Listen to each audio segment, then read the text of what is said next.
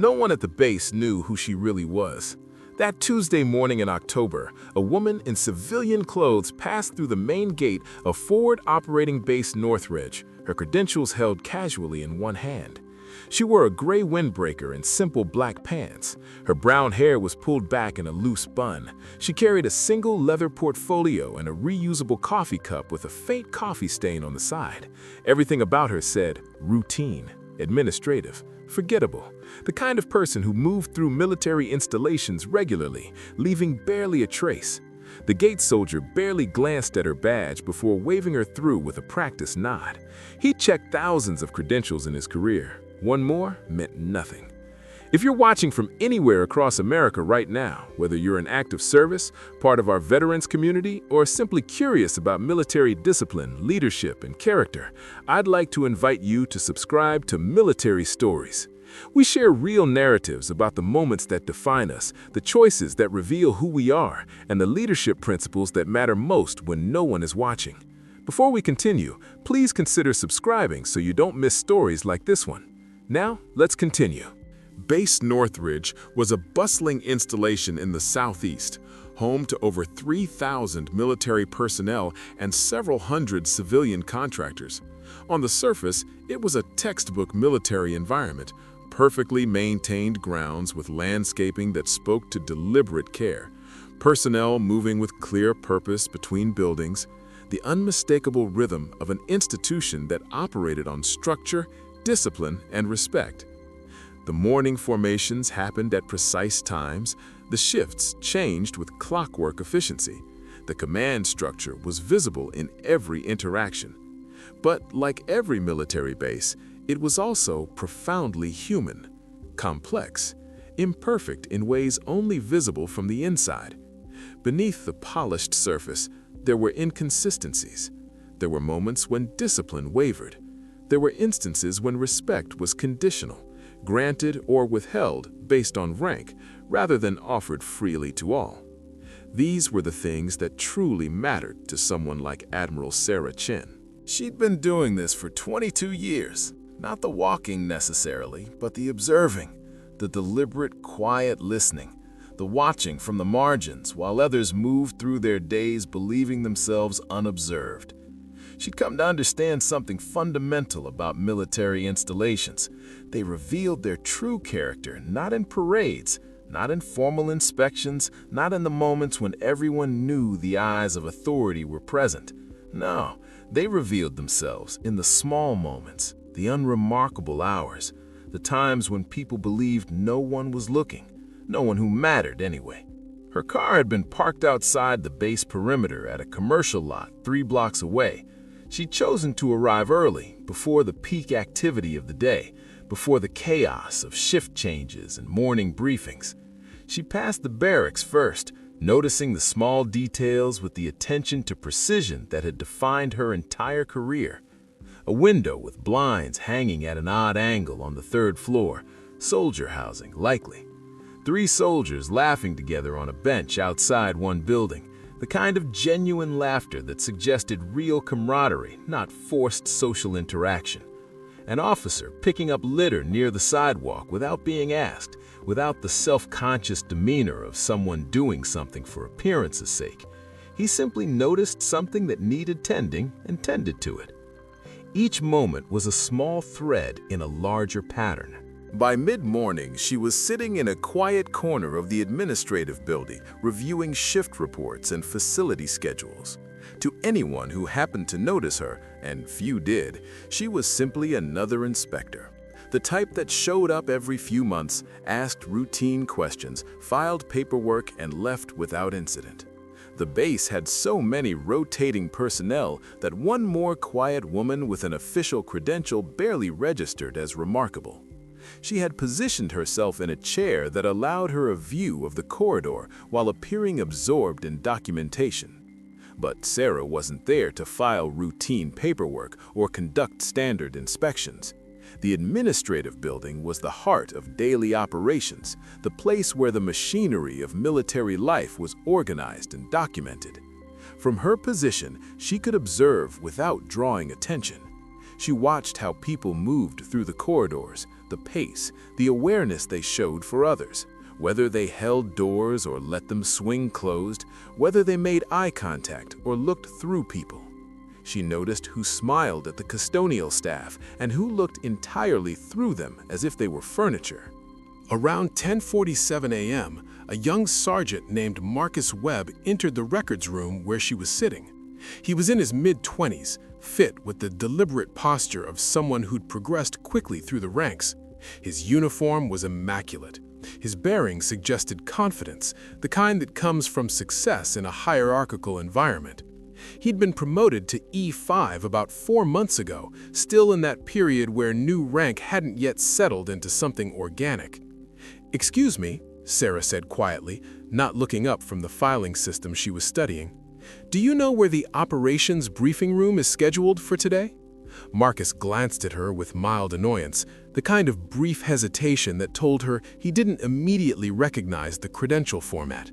His eyes performed a quick assessment. Civilian clothes, official badge, probably administrative. Not his concern. "Down the main corridor, third door on your left. You can't miss it," he said, already turning to move past her. "Thank you," Sarah said. "No problem," he replied, but there was something perfunctory in his tone, something that suggested he was already thinking about whatever came next. He was polite enough by technical standards, but there was a thin layer of dismissal beneath the politeness. He'd answered the question, done his duty, and now he was moving on. Not really present in the interaction, not really seeing the person he was addressing. Sarah made a careful note in her portfolio. Not a criticism, just an observation, a data point in a larger pattern. Over the next several hours, she moved deliberately through different sections of the base, establishing her routine as an inspector would, but actually observing the human architecture of the installation. The maintenance division was exemplary. There she found a master sergeant named David Rodriguez, who ran his team with quiet precision that spoke to years of understanding how people actually worked. Rodriguez knew each person's name, not in the performative way of leaders who prepared for inspections, but with genuine familiarity. When someone's family situation came up in conversation, he remembered details from weeks earlier. When a junior mechanic made a mistake in a maintenance report, Rodriguez called him aside privately, not in front of the larger team. The correction was direct and clear, but it was delivered in a way that allowed the young soldier to maintain his dignity and learn without shame. The communications center told a distinctly different story. There, a captain named Michael Reynolds commanded his subordinates with an edge that suggested he saw them more as obstacles than as people he was responsible for developing. The tension in that space was palpable. When a young airman hesitated slightly on a call routing question, uncertain of a specific protocol, Reynolds actually sighed, audibly, not bothering to hide his irritation before answering it himself. The airman's face flushed. He looked down at his hands. The message was clear and unmistakable. "You are inconveniencing me by not being competent enough. Your uncertainty is a burden on me." Sarah noticed everything.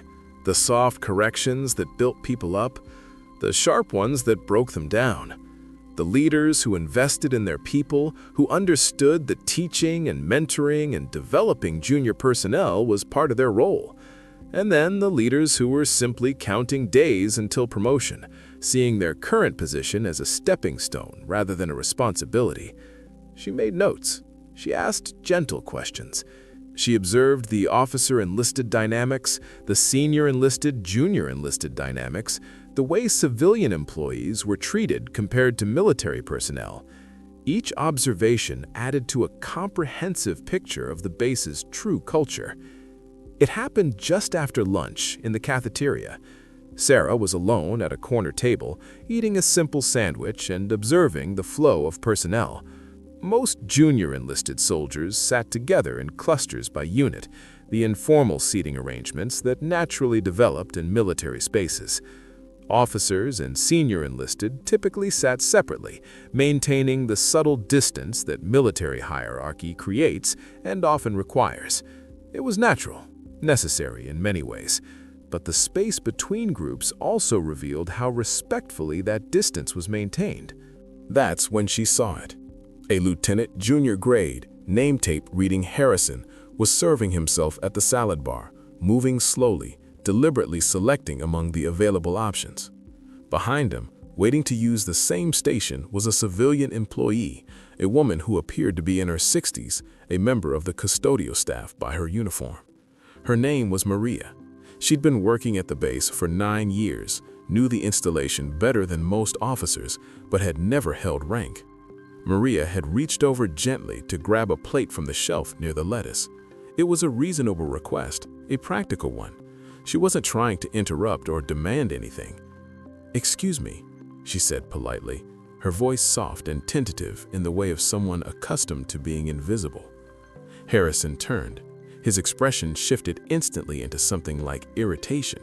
He didn't move. He didn't acknowledge her request. He didn't even offer a verbal response. Instead, he turned back to his selection with deliberate slowness and took his time, unnaturally slow, the kind of slowness that was clearly intentional, before finally stepping aside with minimal space. He created just enough room for her to squeeze past, but not before making her navigate around his body, making her experience discomfort for asking for basic courtesy. The exchange was brief, perhaps 10 seconds total, but it was also complete. It was the kind of moment that reveals character in its most genuine form. Not a crisis, not a confrontation, not a shout or a dramatic gesture, just a choice about how to treat another human being when that person had less rank, less authority, less power to affect his career or his life in any meaningful way. It was about what he chose to do when he believed no one was watching, when he believed no one was measuring him. Maria quietly gathered her salad and moved on, as if she were used to this, as if this was simply the ordinary temperature of human interaction in spaces where power was distributed unequally. She didn't look hurt or angry. She simply accepted it as the way things were.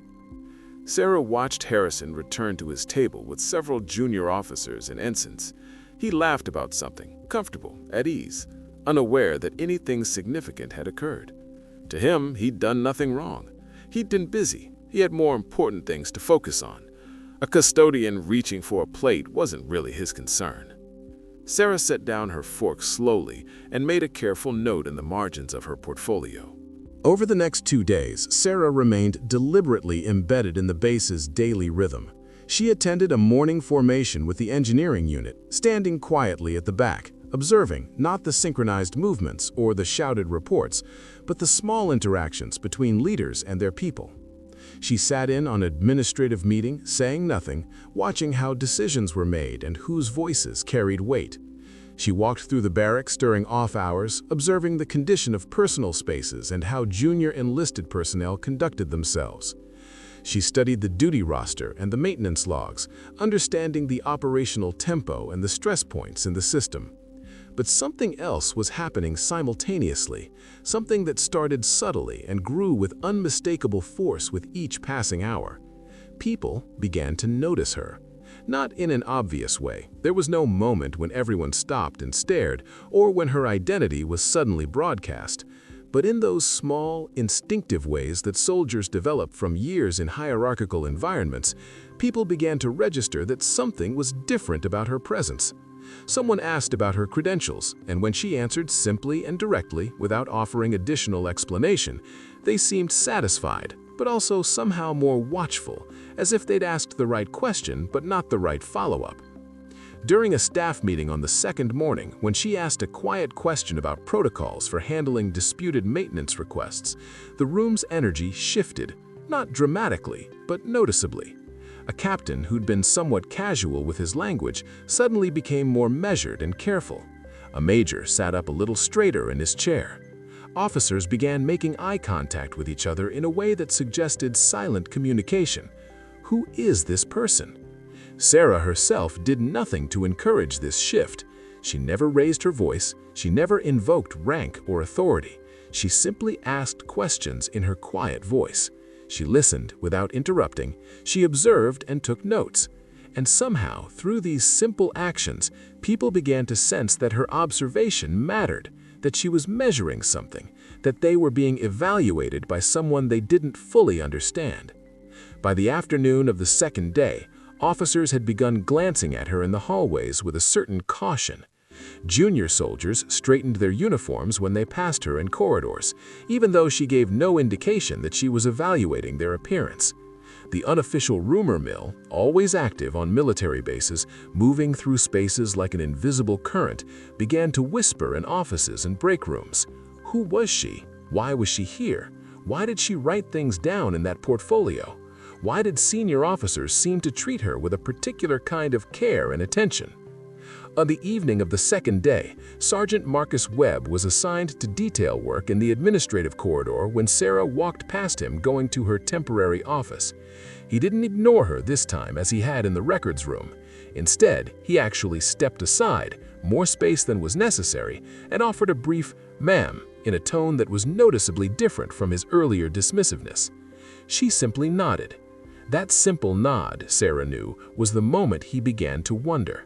The moment his mind started working backward through their previous interaction, reconsidering, reassessing. The moment uncertainty began to displace confidence. The formal announcement came on the morning of the third day. A base-wide notification went out at 0700 hours. Formal command briefing scheduled for 0900 hours. Command briefing room, all senior leadership present. Optional attendance for E5 and above. It was unusual, not unprecedented, but unusual enough that the base's collective attention sharpened. Something significant was occurring. Everyone could sense it. At 08:55, Sarah changed into her dress uniform, the uniform she'd kept secured in a locked bag since her arrival, the uniform with the shoulder boards that identified her as a Rear Admiral, the uniform that carried the weight of 22 years of service, of decisions that had affected thousands of lives, of a career spent understanding how character reveals itself in small moments. The briefing room was already filling with officers and senior enlisted personnel when she entered at 08:59. The conversation stopped, not abruptly or dramatically, but noticeably. A full step down in volume, a subtle shift in posture across the entire room. People straightened, eyes widened, recognition began to dawn. The base commander, Captain James Atwood, stood immediately, and with him, every officer in the room. The junior enlisted at the back of the room, Webb among them, snapped to attention. "Ma'am, welcome. We're honored," Captain Atwood said, his voice carrying a different tenor than it had when he'd been speaking to the group moments earlier. The announcement was brief and professional. Rear Admiral Sarah Chen was on an unannounced command visit to Forward Operating Base Northridge. She would be present for the next 2 weeks, observing operations, leadership practices, organizational culture, and individual conduct. The command team's full cooperation was expected. Questions about her authority or credentials would not be entertained. The brief lasted exactly 4 minutes. What happened next was crucial to understand. Sarah did not humiliate anyone. She did not reference the incident with the custodian. She did not call out Harrison or Webb or anyone else by name. She did not shame individuals in front of their peers. She simply explained that her observations would be documented and discussed in formal debriefs with appropriate personnel. She thanked Captain Atwood and the assembled leadership for their cooperation. Then she asked if there were any questions. There were none. As the briefing concluded and officers began filing out, some moving quickly as if wanting to escape, some slowly, processing what had just occurred, some with visibly tense expressions, Sarah noticed one person who remained seated even as those around him stood and left. Sergeant Marcus Webb was staring at his hands with an intensity that suggested his mind was moving through rapid calculations.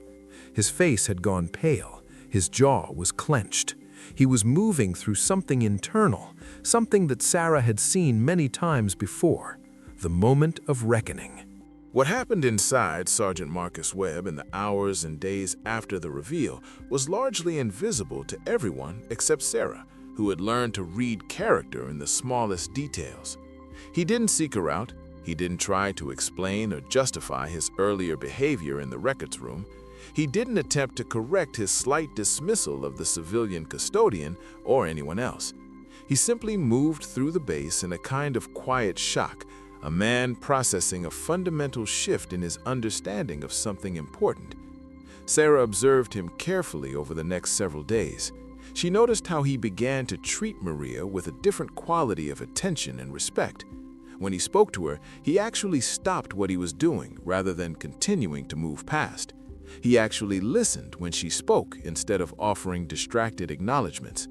He began saying good morning to junior soldiers, using their names, not as a performance for anyone watching, but as a genuine acknowledgement of their presence. But more importantly, Sarah observed the internal work happening. The way Webb seemed to be sitting with something difficult. The way his confidence had shifted into something more like humility. He was processing a truth that many soldiers never fully internalize.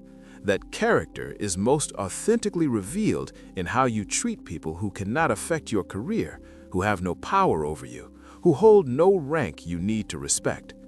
The transformation wasn't dramatic, it was subtle, it was internal, but it was undeniably real.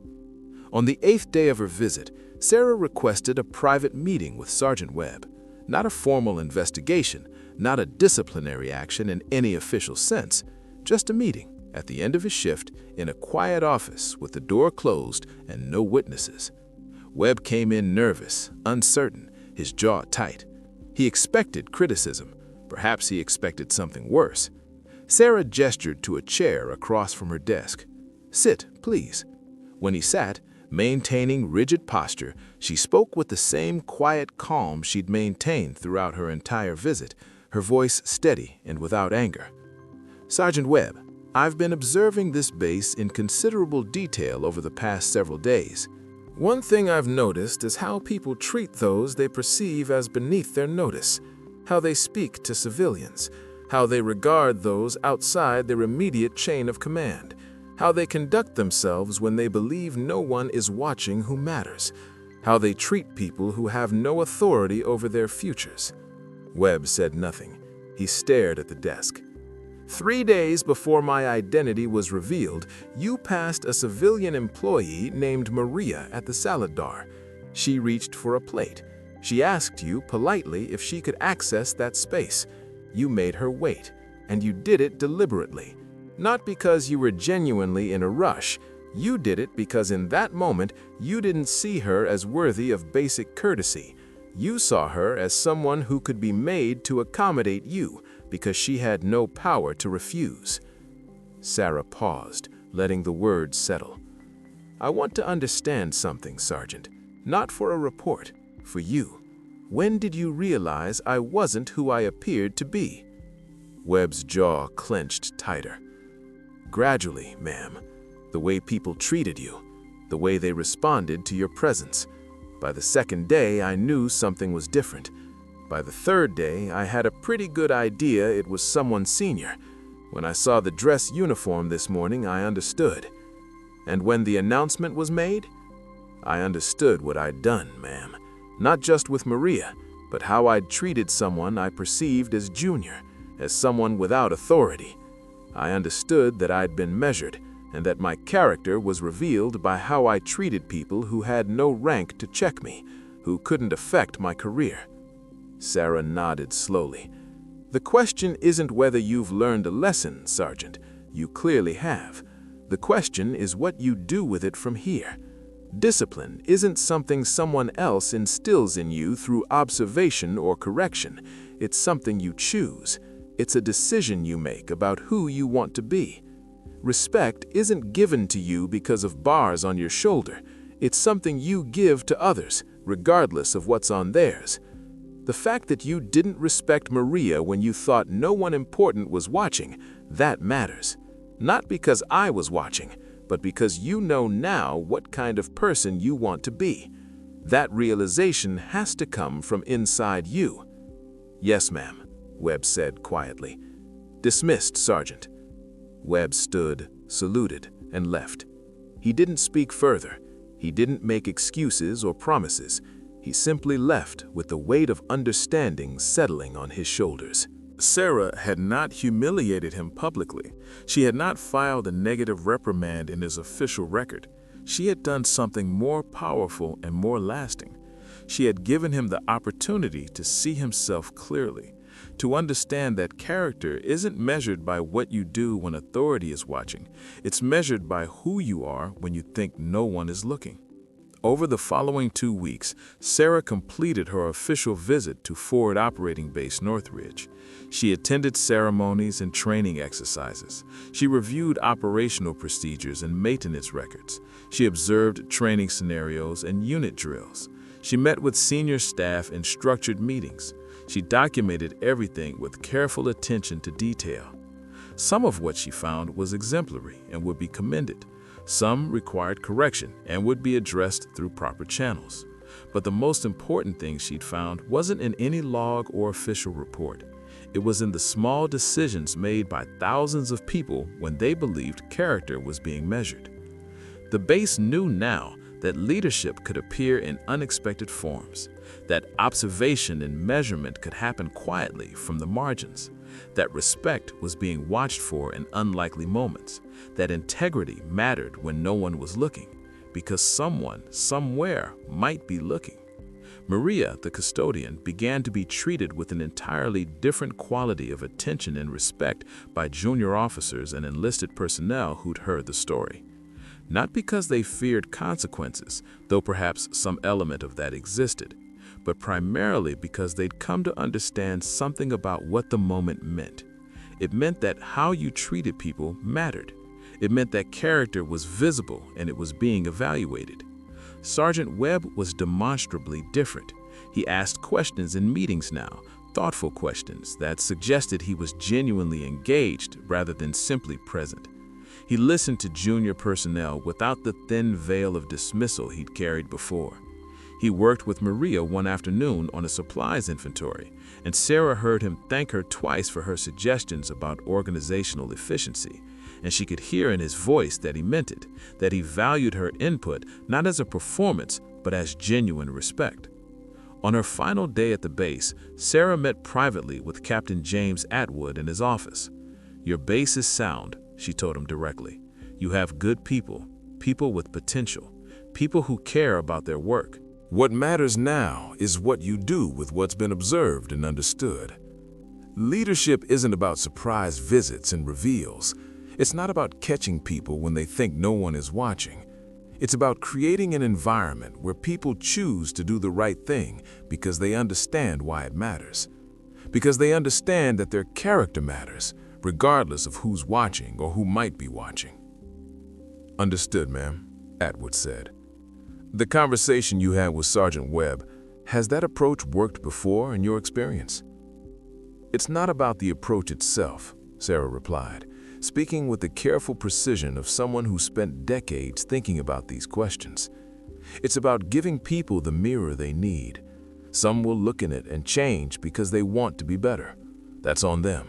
But you've given them the opportunity to see who they really are. You've given them the chance to see how they treat people when they believe no one important is watching. That's a gift in a way, a difficult gift, but a gift nonetheless." Atwood nodded, but he didn't speak further. Some lessons don't need much explanation. Some truths, once understood, speak for themselves. Sarah left the base on a quiet Friday morning at 0630 hours, before the bustle of the day's operations. She wore civilian clothes again. Her dress uniform was secured in her bag. She drove off the installation without fanfare or ceremony. No formal goodbye, no speeches, no acknowledgement. Just a person leaving, as she had arrived, quietly, without notice, leaving barely a trace of her physical presence. But the base was different now. Not visibly, not in any official way that would appear in evaluations or reports, but in the small moments, and how people treated each other when they thought no one senior was watching. In the understanding, shared silently through the ranks, that character is measured not by what you do when authority is present, but by who you are when you think no one is looking. And sometimes, when you think no one is looking, someone is. Months later, Sergeant Webb would be recommended for a competitive leadership development program. In his evaluation statement, his commanding officer would write, "Demonstrates exceptional respect for all personnel, regardless of rank or position. Shows marked improvement in understanding the broader implications of personal conduct and military bearing. Emerging as a thoughtful leader who considers impact on those around him." The evaluation wouldn't mention why. It wouldn't reference the particular moment or the revelation that had sparked the change. That wasn't necessary. Those who understood would know. Those who didn't would learn, eventually, through the example of people like Webb who had experienced that moment of clarity. And perhaps that was the point entirely. What would you have done if you were in Rear Admiral Chen's position? Would you have handled the reckoning the same way, or would you have taken a different approach? And more importantly, do you believe that character is most truly tested when you think no one is watching, when the only person measuring you is yourself? I'd love to hear your thoughts in the comments below. What do you think defines real leadership? What would you do if you discovered you'd been measured in that way?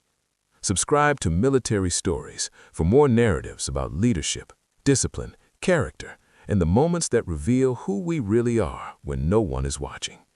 Thank you for watching.